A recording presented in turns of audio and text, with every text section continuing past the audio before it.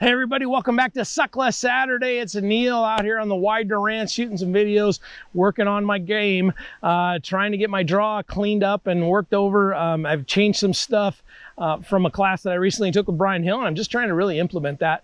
Come along with me and you can suck less too. You need a shot timer because that which gets measured gets worked on. The Range Tech Timer is the official timer of active self-protection because it is versatile, reliable, feature-rich, and very economical. Check out all it can do at the link below.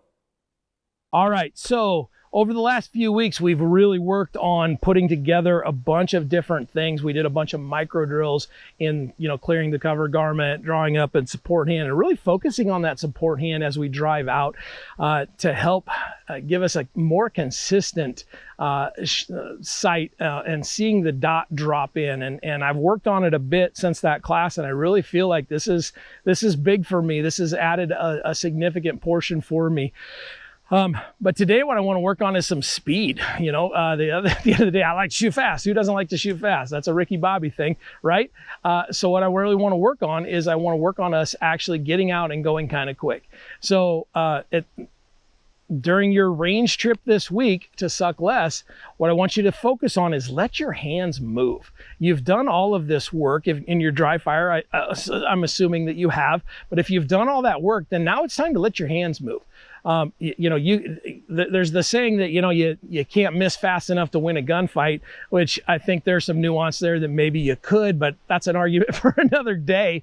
But you can hit slow enough to lose.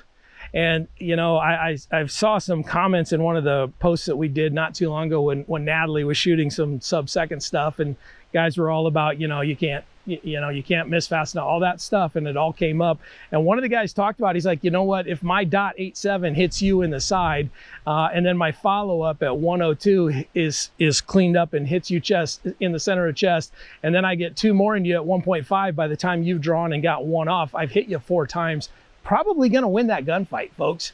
So we've got to put some stuff in place to actually think through the things that the nomenclature and everything that's out there from all these years of gun school and all of that.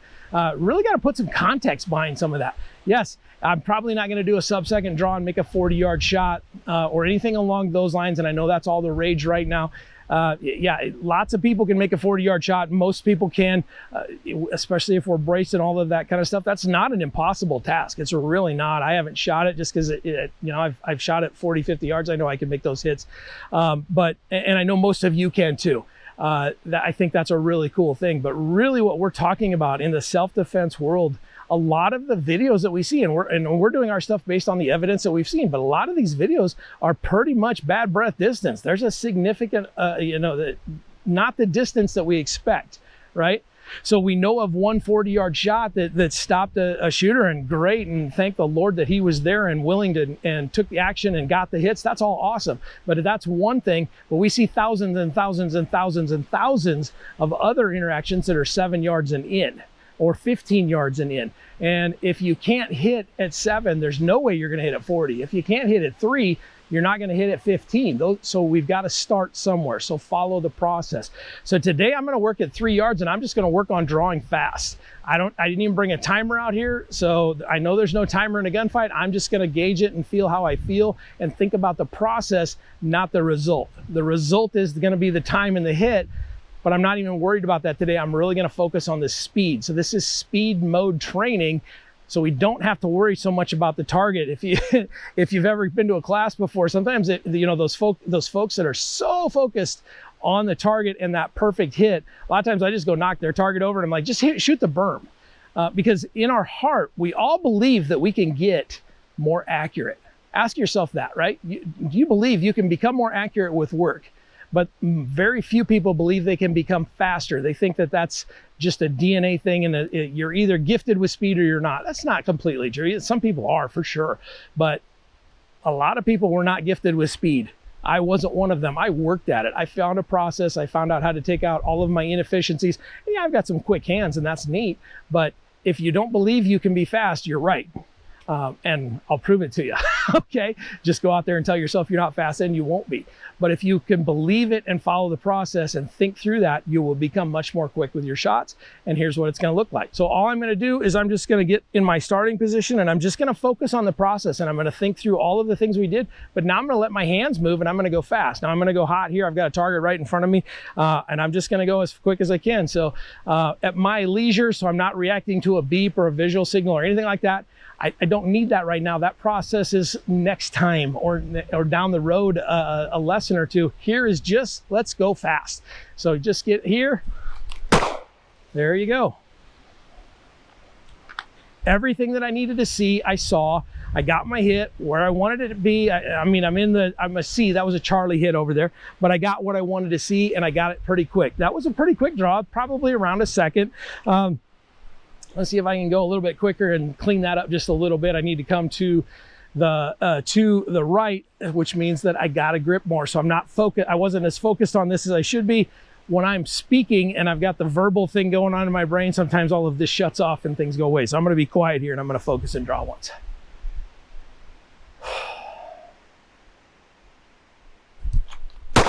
There it was. So dead center on my target, it was in the 9 ring, and I'm standing at about 5 yards.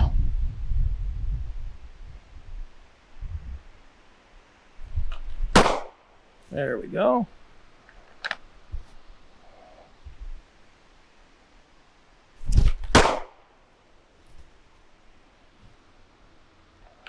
That one felt like it was sub-second, and it was probably in the, I think that one ended up in the 9 as well. My target's getting a little bit shot up now, but that's the speed mode. So folks, you don't need to stand here and watch me shoot stuff, and I can show you my target if you want. Yep, that was earlier. Here was the, well, actually that was a Delta, sorry. Over to the left here, everything else got cleaned up and I brought it in. So folks, to suck less this week, go to the range, put all of your dry fire into practice, spend some time and get into speed mode. If your range won't let you shoot, then start at a low ready. That's fine as well. Start with that marry up from right there. Here, let me show you one of those really quickly, because there's ranges out there that aren't going to let you start or draw. I get it, it sucks, but that's the game. So start as low as you want. And frankly, maybe the lower the better on this case. So, you know, you're probably gonna have a bench in front of you at your range, so start right there. And at your leisure, just come up, but see that dot. Engage that left hand. If you want, start from here. See, I'm taking my finger off the trigger every time as I come back. You can do that all day long, or you can start from down here. Either way, I don't care. That's where you can start adding the speed, and then you can work on the rest of the draw at home. If your range doesn't allow you to do that, that's fine. If they do allow you to draw, then go in there and work on some speed and let your hands move. Guys, do it safely too. Man, I spent some time at a local range here the other night, and there was some sketchy stuff going on. We all feel like we are super safe and we know what we're doing, and we grew up with guns and all of that kind of stuff. Trigger discipline is a real thing, and it's missing in our in some of our stuff. So get focused on the safety, go out there and get fast, have some fun, and suck less. See you next time.